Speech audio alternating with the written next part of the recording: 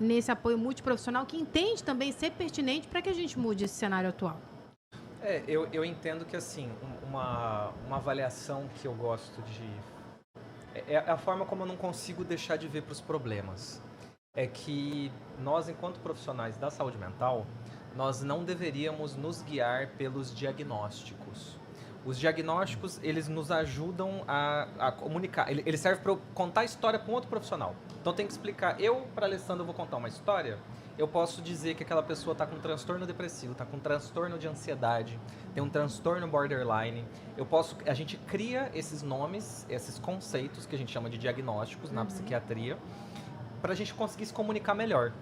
Mas esses diagnósticos, eles são muito superficiais para traduzir o que está acontecendo. Então, é muito comum, por exemplo, nessas histórias, estamos falando de trauma, estamos falando de mulheres que reincidem no processo de trauma. É comum que essas mulheres, sendo atendidas por um profissional, recebam um diagnóstico de transtorno borderline, por exemplo, ou de transtorno depressivo, ou de transtorno de pânico. E tem um ato nisso de trazer o nome do transtorno, de trazer o nome do CID, que ele torna aquele problema um pouco mais dela. É uma coisa dela. Ela tem o transtorno borderline, olha só. Ela tá com esse transtorno borderline, ela tá com esse transtorno de pânico. E eu esqueço que esse transtorno ele não existiu, ele não foi uma infecção que ela pegou que entrou pela janela. Não foi um raio que caiu na cabeça dela, agora ela tá com transtorno borderline. Fiquei borderline de ontem pra hoje. Não. Isso foi uma construção de uma pessoa que foi submetida à violência, que conviveu com adultos que eram desregulados emocionalmente, que não conseguiram fazer ela aprender a sintonizar com as próprias emoções, e ela depois se insere novamente numa casa que repete esse mesmo tom, que é o único idioma que ela consegue falar, é o único que ela aprendeu. Ela vai com alguém que fala o idioma da família dela. E aí ela vai estar inserida nisso, ela vai entrar com sintomas, e ela vai ter uma crise de pânico, ela vai parar no pronto-socorro, e ela vai receber um remédio. E de repente, ela era vítima de violência e virou uma doente. E aí eu começo a focalizar e jogar todas as luzes, todos os holofotes vão pro diagnóstico e pro comprimido que ela tá tomando. E eu paro de olhar para o que efetivamente está acontecendo. Às vezes ela dorme mal porque ela não aguenta dividir a cama com aquele cara, porque é insuportável. E ela prefere se dopar de remédio 7 horas da noite do que ter que conviver. Na casa dela e no fim de semana, ela quer estar entorpecida, porque conviver naquele clima é insuportável. E aí eu tratar isso como se ela tivesse uma condição médica, e aí eu, médico, vou resolver, e a gente se envaidece, acha que vai mesmo, e passa a tacar remédio nela, achando que eu tô fazendo alguma coisa, a gente se confunde. A gente gosta do milagre, né? A gente gosta do milagre e a gente gosta do milagre, a gente gosta de achar que a gente consegue fazer também. Tem uma vaidade, né? E tem uma modalidade de violência psicológica, chama Gaslight. Inclusive, é um filme antiguíssimo, 1947, eu acho. Quem quiser ver, assistir. É exatamente isso. O agressor, ele deixa a vítima doente, uma doente psiquiátrica, e ela sempre vai ser a louca. Sim. Você é louca, você é isso, só que ele a tornou doente. E o sistema, ele faz essa engrenagem girar.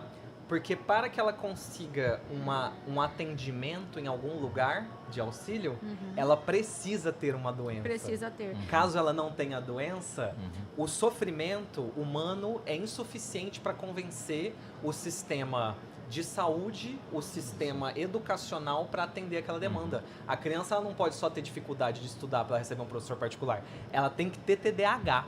Então é obrigatório ter uma doença para eu poder receber o auxílio que eu preciso para funcionar em sociedade.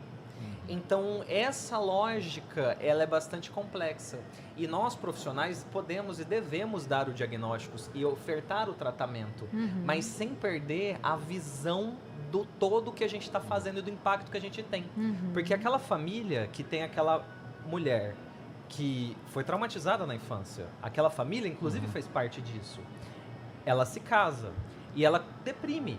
Ela deprime porque ela está profundamente infeliz e insatisfeita com a própria vida. E ela chega a tentar suicídio, por exemplo. Exatamente. Ela faz isso. Ela, de repente, vai virar a pessoa que precisa de um remédio para ficar bem. Cadê que ela não melhora? Cadê que ela não fica bem? O problema dela não está no comprimido. Então, ela não vai ficar bem. Então, esse papel que tem do diagnóstico, de direcionar os holofotes para a manifestação do problema, e não para o problema em si, é algo que a gente deve ficar atento. Então, não confundir o que é diagnóstico médico do que é um diagnóstico amplo, que inclui essas camadas da família, social e de história da pessoa, né? Me lembrei, professor, não sei se vocês viram no fim de semana, um vídeo da Paola Oliveira e da Thaís Araújo, elas falam, eu sou mulher, né? Falas femininas. E aí, em determinado, gostei muito. Até quem não viu, veja, diz assim, eu sou mulher e já fui chamada de louca.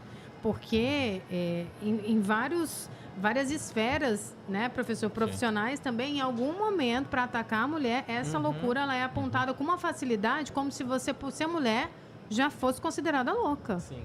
E aí a pessoa que tem coragem de ir atrás de tratamento, a pessoa que tem coragem de assumir o que está sentindo, fica como a louca da família. Doutor, teremos agora a